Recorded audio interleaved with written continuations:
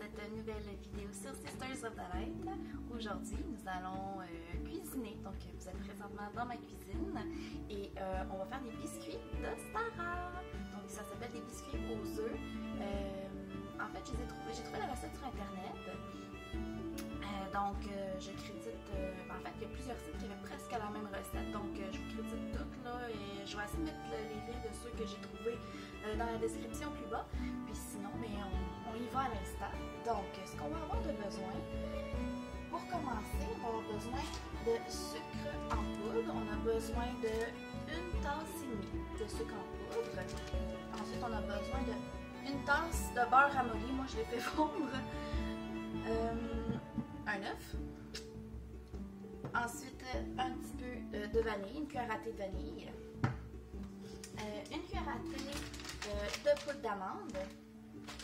On va aussi avoir besoin d'une cuillère à thé de levure et 2 tasses et demie de farine. Et je crois que je n'oublie rien pour l'instant. En tout cas, ça, c'est pour faire la base du biscuit, en fait. C'est certain qu'on peut faire du glaçage par après. Vous pouvez soit le faire vous-même ou faire comme si vous êtes large comme moi aujourd'hui. J'aurais aimé ça le faire avec vous, mais j'ai acheté Betty Crocker Fluffy White Mont Blanc en fouetté. Donc ça se fait, normalement ça s'étale super bien sur des biscuits. Donc on y va, j'ai comme pas trop préparé. Donc en premier, on va mélanger le sucre en poudre, le beurre, l'œuf, la vanille, la poudre d'amande. Ensuite, on va rajouter farine et levure. Donc, aussi petit truc en pâtisserie bien important. Oups, j'ai bougé la caméra, excusez-moi. Donc, c'est bien important de ne pas essayer de convertir quantité. Exemple, mettons que vous avez besoin de grammes, mais que vous essayez de convertir en tasses. Ne faites pas ça en pâtisserie, c'est pratiquement de la chimie.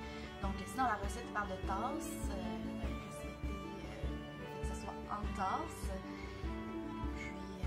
Je dirais que c'est pas mal ça. C'est bien important là, quand même en pâtisserie de bien respecter les recettes parce que c'est pas comme cuisiner une petite sauce qu'on peut comme dire ah ben je vais mettre un peu de ça, un peu de ça. Des fois, là, changer un peu la recette peut carrément changer complètement la recette. Exemple, l'année passée, j'ai fait des macarons et j'avais pas de poudre d'amande et ma belle-mère m'en a offert, elle en avait un sac. Et elle l'a converti. Moi, j'avais besoin, mettons, de 150 grammes. Elle a fait, bon, 150 grammes en tasse, ça fait tant, mais au final, j'en ai manqué. Donc, petit truc pour la pâtisserie. Donc, la poudre à beurre, ici, elle est mise. Donc, maintenant, on va mettre, je vais mettre la poudre d'amande. Et on va mettre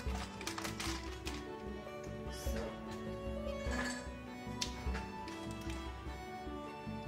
Un plan pour que j'en envole partout si j'essaie de l'ouvrir par moi-même. Donc, on a besoin de poudre d'amande, une cuillère à thé. Donc, une cuillère à thé. Une petite affaire. Ok, manqué un petit peu. On va mettre ça de côté. Ensuite, on a besoin d'une cuillère à thé de vanille.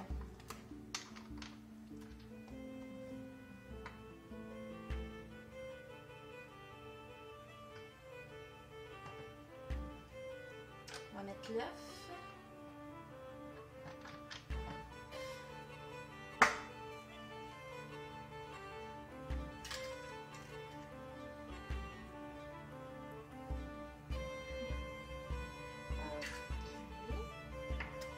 Et le beurre supposément ramolli. Donc pour mélanger, je crois qu'il ne parle pas trop du procédure dans la recette que j'ai. Il manque juste de mélanger sucre en poudre, beurre, vanille et poudre d'amande ensemble. Et ensuite d'ajouter, si on doit le faire au fouet ou quelque chose comme ça. Moi, je vais le faire au fouet parce que je suis comme ça va bien comme ça.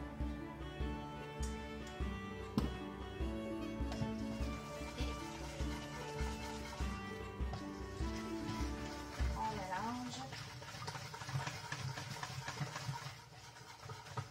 Normalement, je pense que le sucre en poudre aurait pu prendre un genre de tamis, si je ne me trompe pas du terme, et le passer dedans, ça aurait peut-être évité de faire du mouton comme je fais en ce moment. Mais sinon, je peux peut-être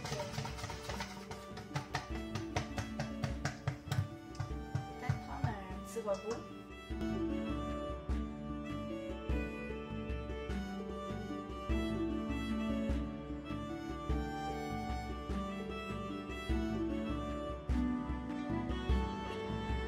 Trop, là, juste assez pour que le sucre en poudre soit plus...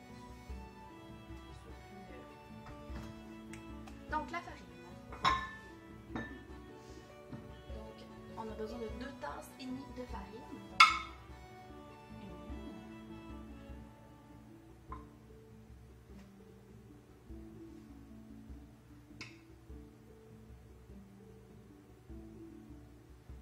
Deux et 3. Non, une demi.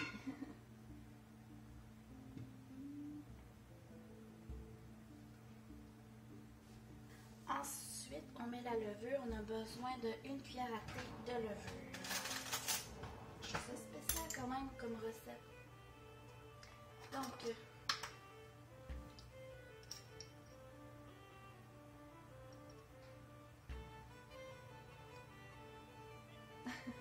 ils disent pas comment la mettre parce que des fois il y a une technique pour mettre de la levure quand on fait exemple du pain. Mélanger jusqu'à temps que ça fasse une genre de pâte, j'imagine. Oups! Oups! La pâtisserie, c'est vraiment pas mon point fort en passant.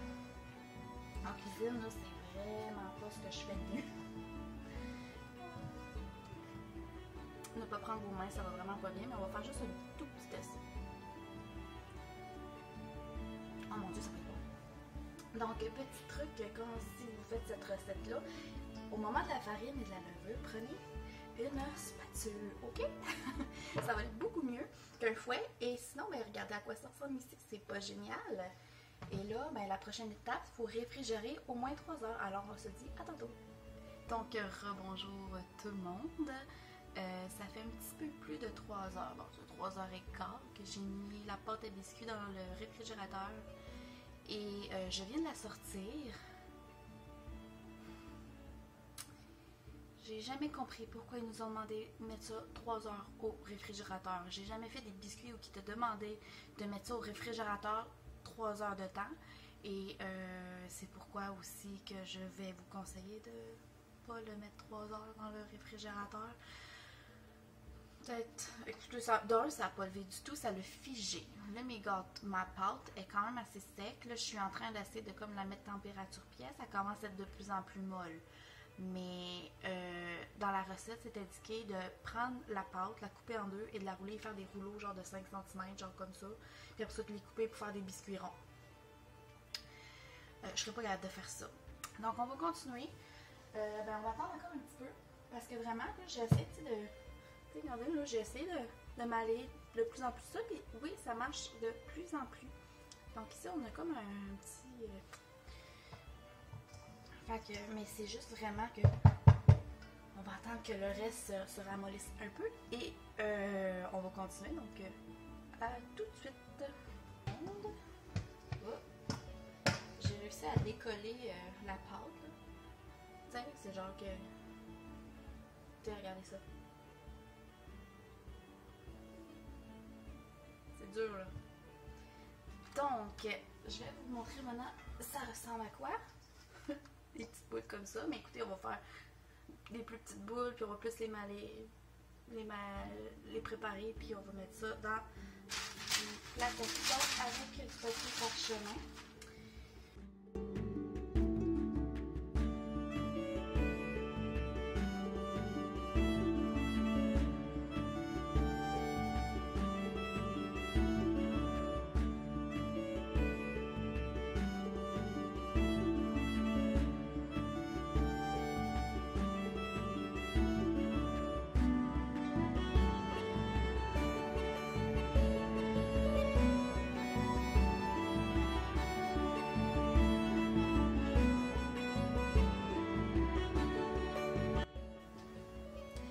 On va mettre la première batch au four et pour vous dire à quel point cette recette-là n'est pas claire, il n'y a même pas le nombre de temps qu'on doit mettre. Donc normalement, pour ce genre d'épaisseur-là, de biscuits-là, au moins un gros 10 minutes, au maximum, ou dans ce coin-là, là, ça devrait faire l'affaire. Donc on se dit en environ 10 minutes. Donc en attendant encore quelques minutes pour ce qui est de la cuisson de la première batch de biscuits, je vais vous montrer un peu ce que je vais utiliser pour les décorer. Donc premièrement, bon, je vous en ai parlé au début de la vidéo, le crémage de Betty Crocker.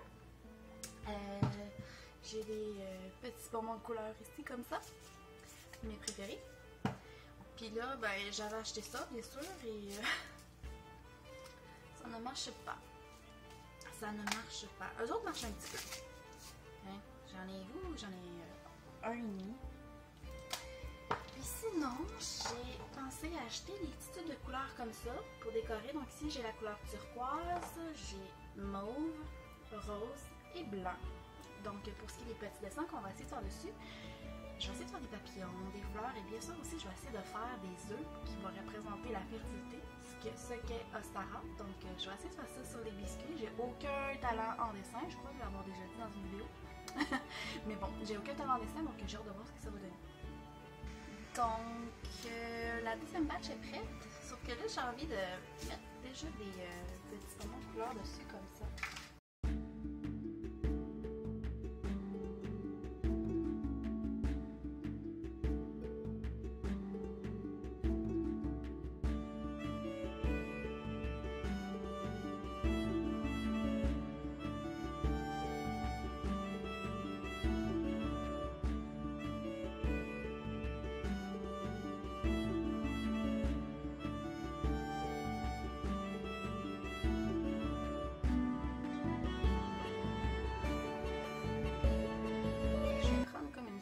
J'essaie de piquer, voir si ça a durci, puis pour l'instant ça fait genre un long 15 minutes et ça n'a toujours pas durci.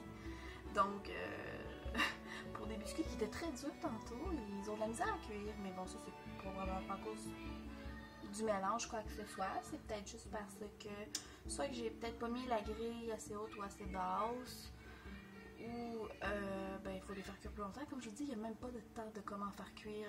La longueur de cuisson, le temps de cuisson n'est même pas indiqué dans la recette. Donc, on va attendre encore un petit peu.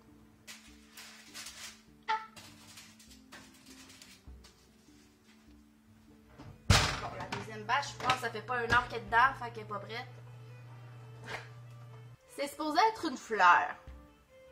Comme je vous disais, aucun talent. Mais bon, ok, on va y goûter de même, là. Bon, le biscuit, il est bon. Ouais. Vraiment. Ah ouais. Ouais, il est bon. Donc, récapitulons. Ok? La liste des ingrédients, bon, vous allez l'avoir dans les sites que je vais vous donner dans la description quand même. Par contre, je mettrai vraiment de la poudre à pâte. Et peut-être que j'attendrai 1 heure. En tout cas, je sais pas. Tu sais, vous voyez que ça a fonctionné. Ça goûte bon. C'est vraiment excellent. Mais c'est du trouble. Donc, écoutez, ça fait 1h30. Dans le fond, c'est après le 3h. Là, il est 1h30 plus tard en ce moment et je viens de manger mon premier biscuit. Et dans ma première batch. Il a fallu que je ramollisse ça. Oui, il reste encore tout ça à faire. Après ça, le 190 degrés, il était bien trop bas. Là. Je l'ai monté à 275. Donc, en gros,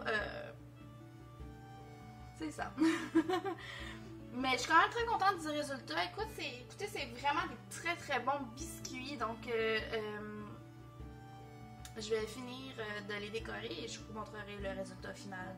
En tout cas, je vais essayer de les décorer puis je vous montrerai le résultat final. Essayer de faire un œuf. Mais bon, donc, je vais essayer de vous le montrer. J'ai essayé de faire un œuf, après ça, j'ai essayé de faire de quoi à l'intérieur, puis finalement, j'ai laissé faire.